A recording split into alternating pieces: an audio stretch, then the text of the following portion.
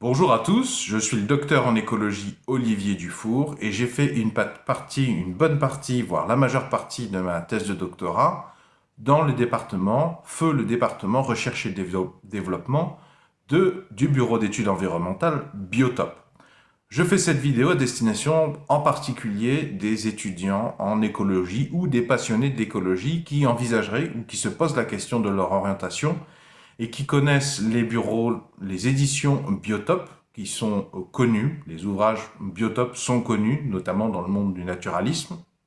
Je fais cette vidéo pour vous demander, vous encourager, vous conseiller de réfléchir à deux fois avant de travailler chez Biotop si vous souhaitez œuvrer réellement à l'écologie, à l'accumulation de la connaissance et au partage de la connaissance scientifique, notamment dans le domaine du naturalisme et de l'écologie. À titre indicatif, j'ai dû passer 2 ans environ au sein, en interne, du bureau d'études Biotop, dans le service R&D, et vous imaginez bien que j'ai eu accès à beaucoup d'informations en interne. Je précise que j'avais un statut assez particulier parce qu'en fait, j'étais financé et payé par l'ADEME. J'avais un statut particulier qui me protégeait à la différence des salariés Biotop qui sont directement salariés payés par Biotop avec tout le pouvoir que cela confère à la hiérarchie, au supérieur hiérarchique. À la différence d'autres thésards qui étaient en financement, d'autres types de financement que le mien, qui étaient pareil, fortement sous influence hiérarchique socio-économique, moi, j'étais payé par l'ADEME. Mon employeur, c'était l'ADEME, qui est un intermédiaire puissant. Et donc, j'avais un statut assez particulier. J'étais protégé d'une bonne partie de la pression socio-économique, pour les raisons que je viens de vous donner. Désolé, c'est mon voisin qui fait du bricolage. Alors, je ne vais pas vous sortir tous les dossiers dont j'ai eu vent, tous les arguments qui me permettraient de ternir l'image de Biotop, parce que c'est pas le but. Surtout déjà, c'est que si je commence à sortir des dossiers, Biotop, faut quand même comprendre, c'est une entreprise de largement plus de 250 salariés maintenant, qui a un voire plusieurs conseillers juridiques, un voire plusieurs services juridiques. C'est bien gentil. Moi, je suis tout seul. J'ai pas envie d'avoir un procès, donc je vais garder pour moi bien des choses.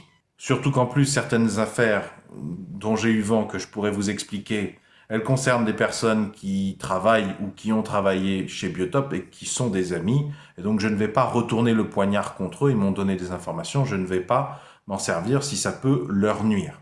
Et de toute façon, si vous voulez entendre des témoignages, si vous voulez savoir ce qui se passe en interne du bureau d'études Biotop, il y a mieux à faire, il y a une alternative. Je vous invite à vous tourner, à aller envoyer des mails ou poser des questions aux personnes du CNRS qui, par le passé, ont travaillé chez Biotop.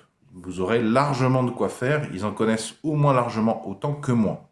Par contre, il y a quelque chose que je peux évoquer, un argument que je vais donner.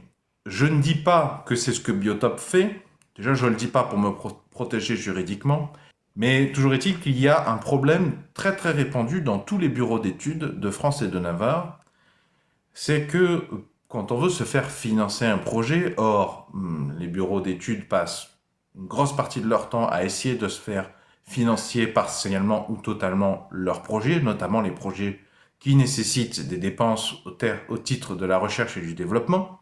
Ce que j'ai observé, pas chez Biotop bien sûr, partout ailleurs sauf chez Biotop, c'est qu'on essaye de faire financer un même projet de recherche, mais par différents postes de financement, par différents financeurs, même quand ces financeurs ont bien précisé que c'est strictement interdit. Pour des raisons pratiques, pour des raisons techniques, certains sujets sont rapidement tellement pointus qu'en fait, ça reste possible, même si les guichets prennent, même si les financeurs essaient de prendre des mesures, en réalité, en pratique, il n'y a que les spécialistes qui connaissent et qui sont capables de détecter des doublons, ce genre de multi-financement du même projet par des financeurs différents. Et les spécialistes en question, ce sont ceux qui travaillent pour les bureaux d'études, justement. Et les différents postes de financement ne communiquent pas vraiment entre eux. Alors ce que je vous dis, ça pourrait m'attirer des problèmes néanmoins, alors que c'est un secret de polichinelle. Je ne sais pas dans quoi travaillent vos parents, vos amis, je vous invite à en parler et vous verrez que c'est quelque chose de très très très répandu dans l'industrie, d'essayer de se faire financer par des guichets différents, le même projet simplement en le déguisant, en modifiant légèrement la forme en fonction du guichet auquel on le présente. Mais vous, qui cherchez à optimiser vos efforts pour faire avancer la connaissance et la science, je vous fais cette vidéo pour vous dire que, pour vous rappeler que ça, c'est pas une manière très pertinente de travailler. Ça pourrait vous prendre des années de rentrer chez Biotop et de vous apercevoir que ça se passe effectivement comme ça, mais je dis n'importe quoi. Bon, ça a lieu partout ailleurs, sauf chez Biotop. Mais donc, si Biotop faisait ça, ce qui est absolument faux, si vous cherchez à optimiser vos efforts, à vous orienter pour faire avancer la connaissance scientifique et faire avancer l'écologie, la conservation de la nature, alors vous devriez chercher à optimiser justement les financements et à utiliser à bon escient les financements. Concrètement, ce que je veux dire, c'est ne partez pas dans cette direction, n'allez pas dans la direction Biotop, allez plutôt dans la direction du libre. Choisissez un chemin qui fait que tout ce que vous allez produire sera libre, pourra être réutilisé et procéder à des sauvegardes régulières publiques, de manière à ce que même si vous mourriez demain d'un accident sur le terrain, au fin fond d'une grotte, vous faites des furies chauves-souris, vous prenez un caillou sur la tête, vous avez un accident, si vous avez travaillé avec le libre, ce que vous avez fait sera optimisé, ne sera pas perdu. Parce qu'en 2022, je vois bien des entreprises, et notamment Biotop, qui font les fanfarons sur LinkedIn en s'auto-congratulant et en parlant de libre. Moi, de ce que j'ai vu de Biotop, je vois pas ce qu'il y a de libre dans la manière de fonctionner de Biotop et de la majorité des bureaux d'études. Ce n'est pas propre à Biotop. De toute façon, je ne vois pas de quoi vous parlez. Et donc, pour éviter à des jeunes motivés de faire les mêmes erreurs encore et encore, je vous invite à vous tourner vers les outils libres. Parce que ça vous évitera de réclamer de l'argent du contribuable, parce que les financeurs en question, ça va être par exemple l'ADEME. L'ADEME, c'est qui? C'est un portefeuille de gestion pour notamment l'État.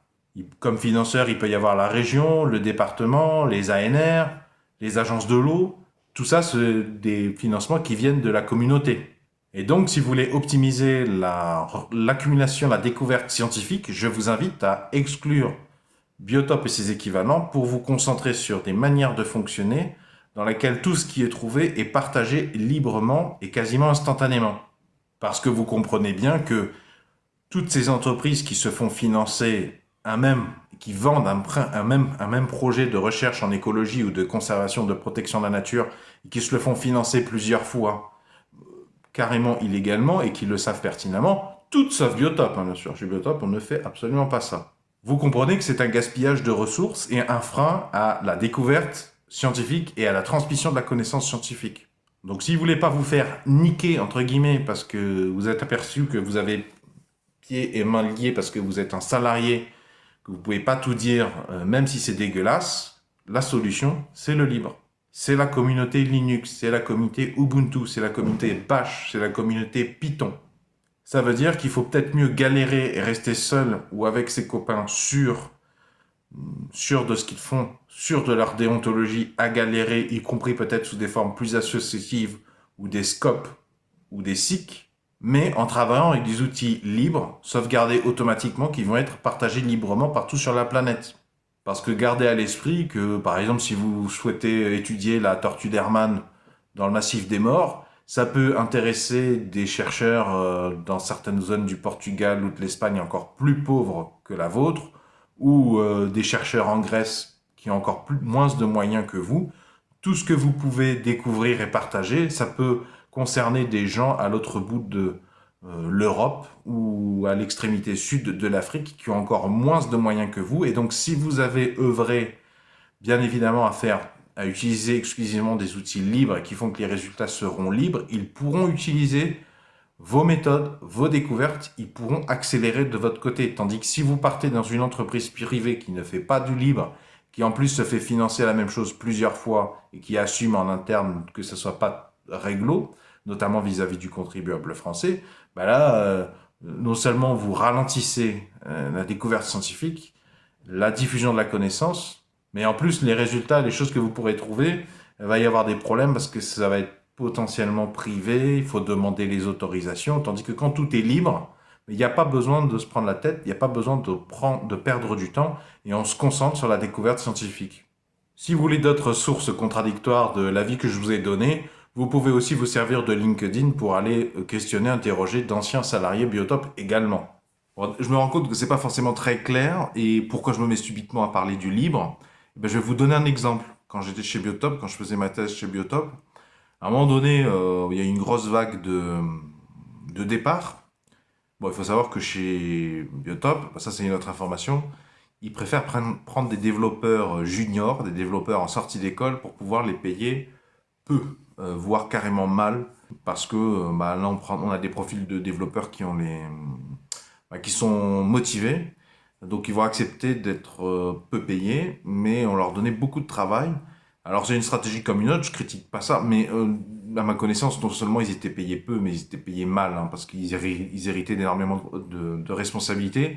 Et puis ces développeurs, d'ailleurs ces développeurs, je vous en mets quelques-uns dans la description sous la vidéo, qui ont travaillé chez Biotop recherche et développement pendant que moi j'y étais, parce qu'après certains sont allés dans l'industrie, notamment automobile.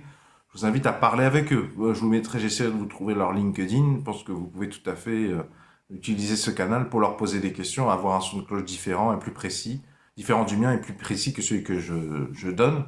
Mais donc sachez-le aussi, en fonction de vos compétences et de la manière dont vous voulez vous mobiliser pour l'écologie, le problème chez Biotop, c'est qu'il y a, voilà, on prenait pour pas payer les gens chers, on prenait des très jeunes développeurs et il y avait des gros problèmes au bout d'un moment de démotivation, de départ tôt, gros turnover parce que les mecs se défoncent pour un petit salaire. Ils savent très bien que s'ils travaillaient moitié moins dans un autre secteur, ils seraient payés 3 fois plus. Et en plus, il y aurait plus de débouchés derrière, parce que Biotop, c'est pas une grosse boîte que ça, surtout pour les développeurs, que ce soit les développeurs C++, les développeurs web, etc., etc.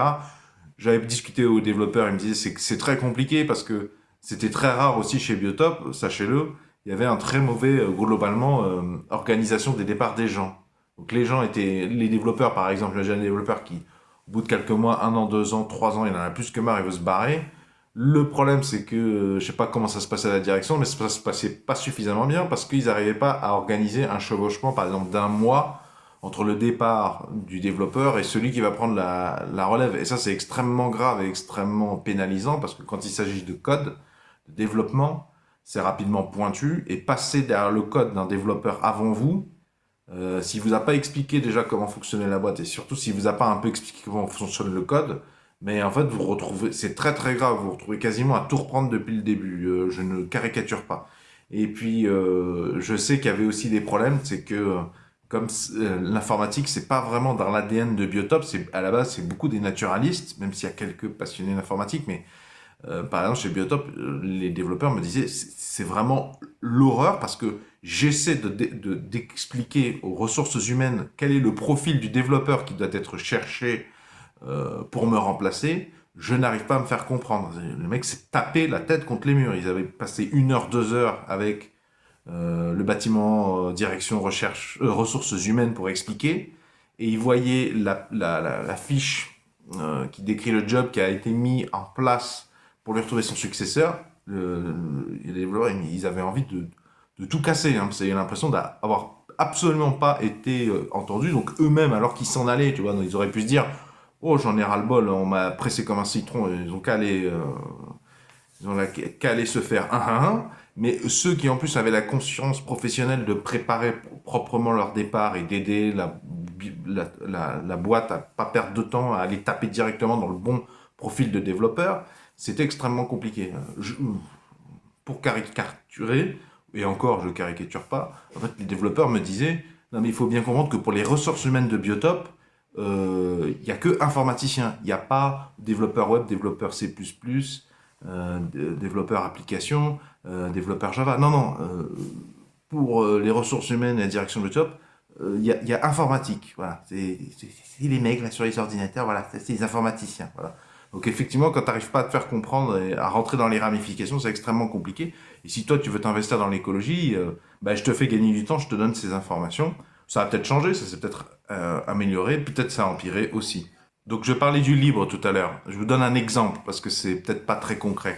Moi, ça m'est arrivé quand j'étais en recherche et développement. Je vous disais, il y a eu une vague de départ Et le problème, c'est que quand il y a des vagues de départ, bah, les gens qui étaient déjà responsables de un, voire plusieurs projets, se retrouvent à hériter des responsabilités des autres. Tu es obligé de t'adapter.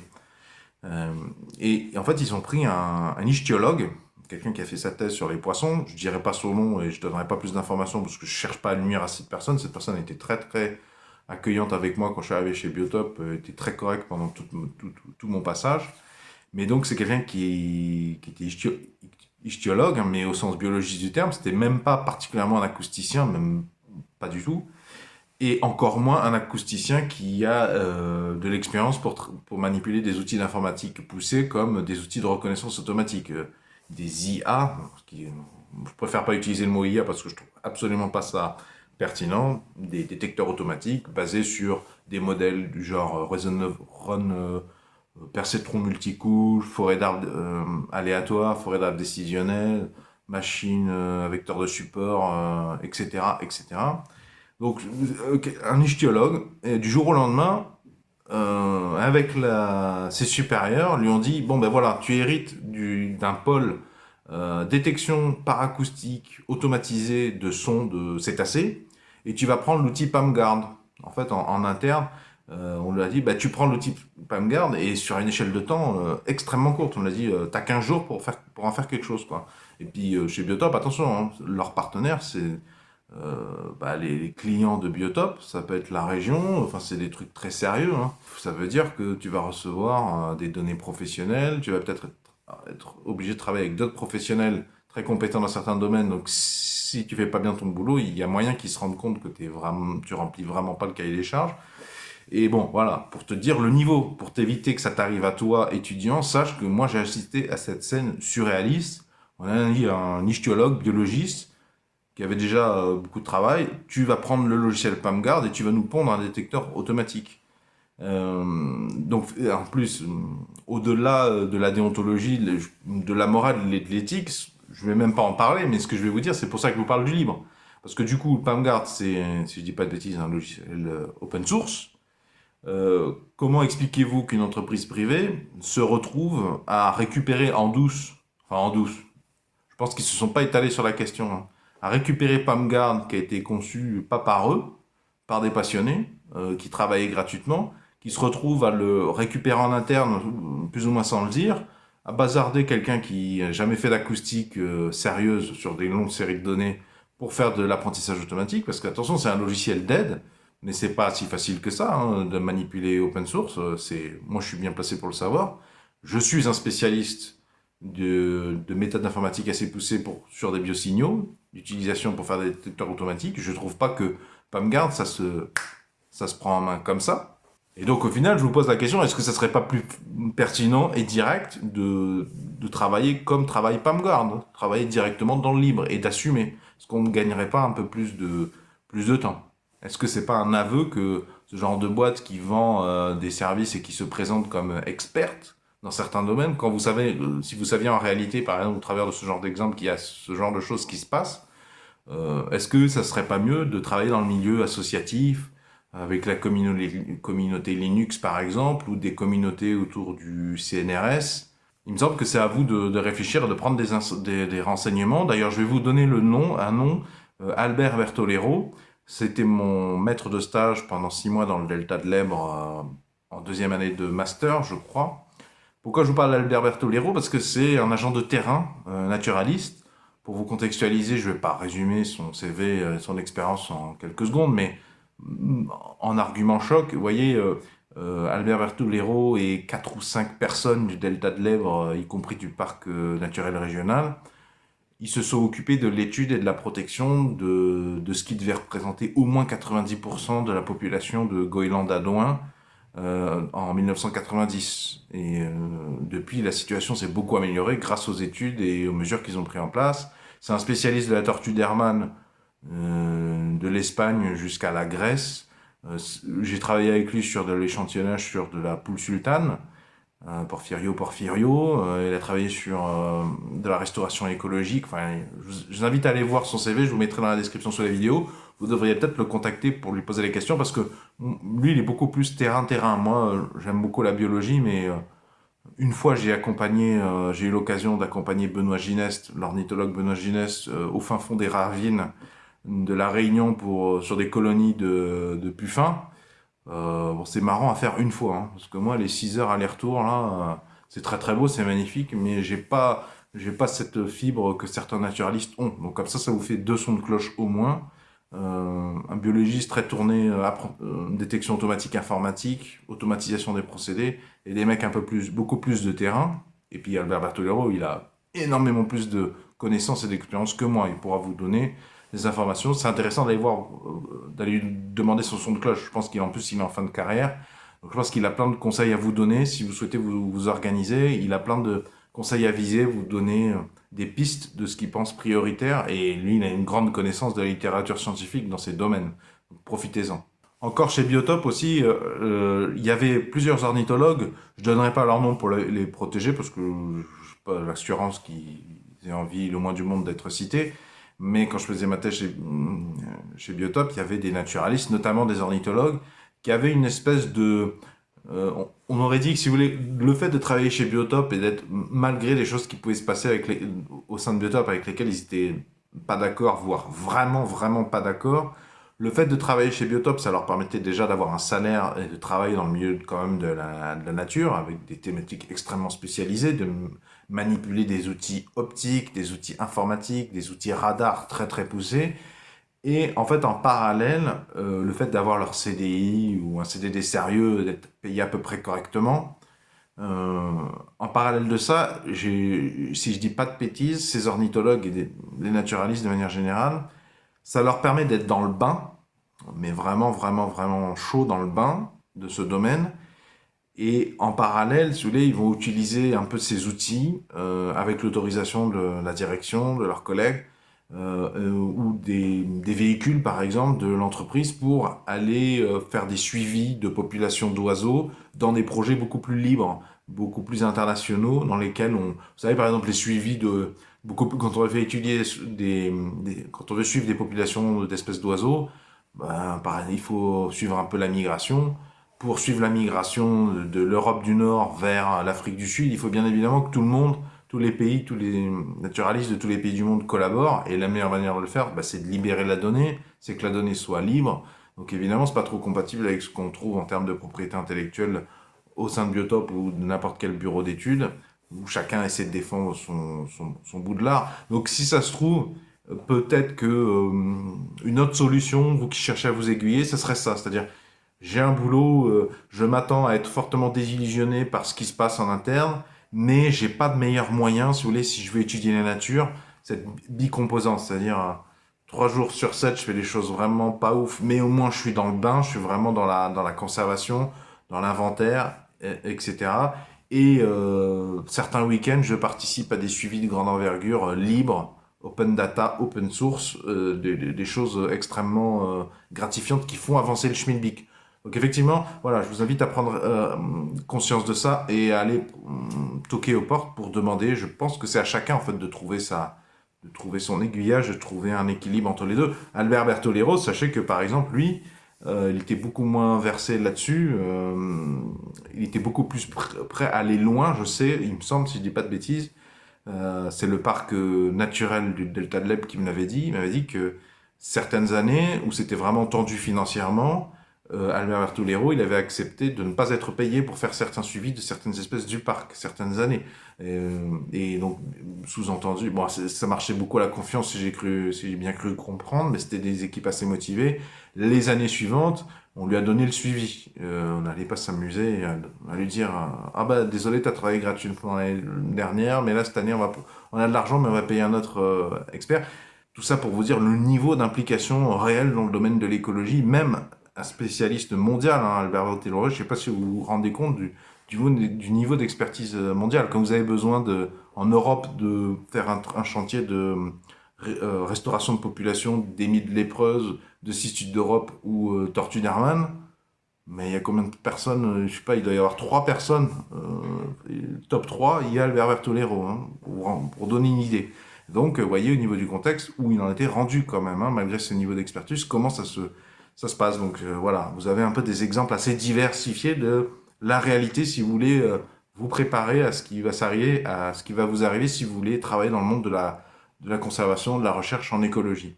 L'avantage du libre aussi, d'utiliser des outils libres, c'est que bah, vous serez pas, si demain vous partez de Biotope ou que vous allez dans un bureau d'études, si vous avez utilisé un langage qui est gratuit, bah, ça va vous faciliter une continuité ou de continuer à développer. Moi, j'ai eu ce problème pendant ma thèse, j'ai travaillé en MATLAB. Donc, sorti de ma thèse, je vais pas payer 1500 euros, des 1000 euros à l'année ou 1500 euros, surtout à mon échelle. Si je veux me lancer en freelance ou dans une association, je vais préférer me tourner vers du Python parce que c'est gratuit, c'est utilisé massivement dans le monde. Donc essayez d'anticiper ce problème dans votre cursus. Si vous sentez que vos profs vous tirent plus vers un langage propriétaire, payant, sachez ne pas lâcher du lest, sachez résister. C'est vraiment pas une bonne idée, c'est pas dans l'intérêt du développement de la connaissance et de la recherche scientifique. Pensez que ce que vous allez développer, c'est intéressant que ce soit le plus accessible possible à toutes les bourses, y compris des mecs au fin fond du bush australien ou au fin fond de la brousse africaine avec extrêmement peu de moyens. Donc c'est plutôt pertinent et très solidaire de penser les choses en amont. Du gratuit, du libre, et véhiculer un maximum les données et ce qui est développé. Si vous avez apprécié ce sujet, pouvez-vous mettre un pouce vers le haut, s'il vous plaît, pouvez-vous mettre un j'aime. Vont s'afficher à l'écran un rond et un rectangle. Le rond, vous cliquez dessus, ça vous abonne gratuitement à la présente chaîne YouTube. Quant au rectangle, si vous cliquez dessus, ça vous emmènera vers des outils justement libres. Si vous voulez commencer à faire des choses, à travailler librement, de manière à ce que tout ce que vous utilisez pourra être utilisé gratuitement par d'autres personnes parce que vous utilisez un langage gratuit sur un système d'exploitation gratuit que n'importe qui peut installer, posséder chez lui, faire fonctionner chez lui pour un minimum d'argent.